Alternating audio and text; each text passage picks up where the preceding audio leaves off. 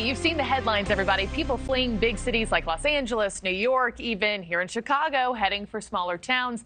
Well, numbers from the Economic Innovation Group showing around 2 million people moved from metropolitan areas between 2020 and 2022. You got cost of living, quality of life, crime, of course, some of the obvious reasons. But big city versus small town values are also coming into play here, too. A new op-ed in the Washington Post argues, quote, "Forget small town values. We need candidates with big city values." So let's break this down. Joining me this morning, we have Kazmi advisor owner, Reyahd Kazmi, and then Heritage Action executive director, Jessica Anderson. Thank you both for being here. Obviously, Reyahd is joining us in person. Jessica, you're at home. Reyahd, I want to start with you. You're defending the big guys here, the big cities. You're obviously in Chicago. Big city in America's heartland. Define big city values, if you will. No, I appreciate you. Thank you so much, Marky, and welcome to Chicago. Thank you. What I would say to you is I don't really believe there's a small town value and big city values. What I do believe, these are American values. And what people need to recognize, even in big cities such as this, there are many people who are transplants. According to the U.S. Census Bureau, over 80% of Americans live in big cities or urban areas. And so what that means to me is you've got a very diverse group of perspectives here, and everyone's committed to doing a few things. One, providing for their families, putting food on the table, and on top of that, a roof over their head. So to me, there is no difference between small city and big city values. At the end of the day, they're American values, and we all want to be able to help our families. Yeah, and I've been eager to break this down because I consider myself a good mix of both. Jessica, I want to bring you in now. You say Americans yearn for the small towns because they represent what the big cities have lost. Explain what you mean by that, and how do you define small town values?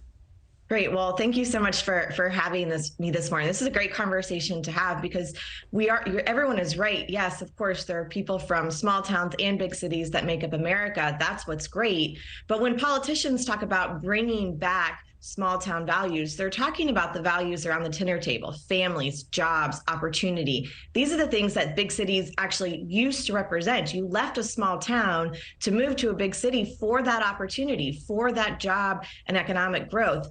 Now we have cities all across the country that are plagued by drugs, homelessness, bad schools, corruption. And so it's not surprising to see the exodus from these big cities and wanting something better. And of course, maybe that's where we land in this new Florida, where there's this big cosmopolitan mix of city folks and small town folks. But this trope of going back to the values that made our small towns so great is very much still alive and well within the Republican base today.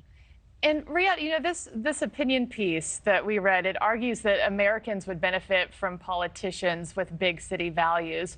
But when you read that, do you think is it big city values or is it big city experience?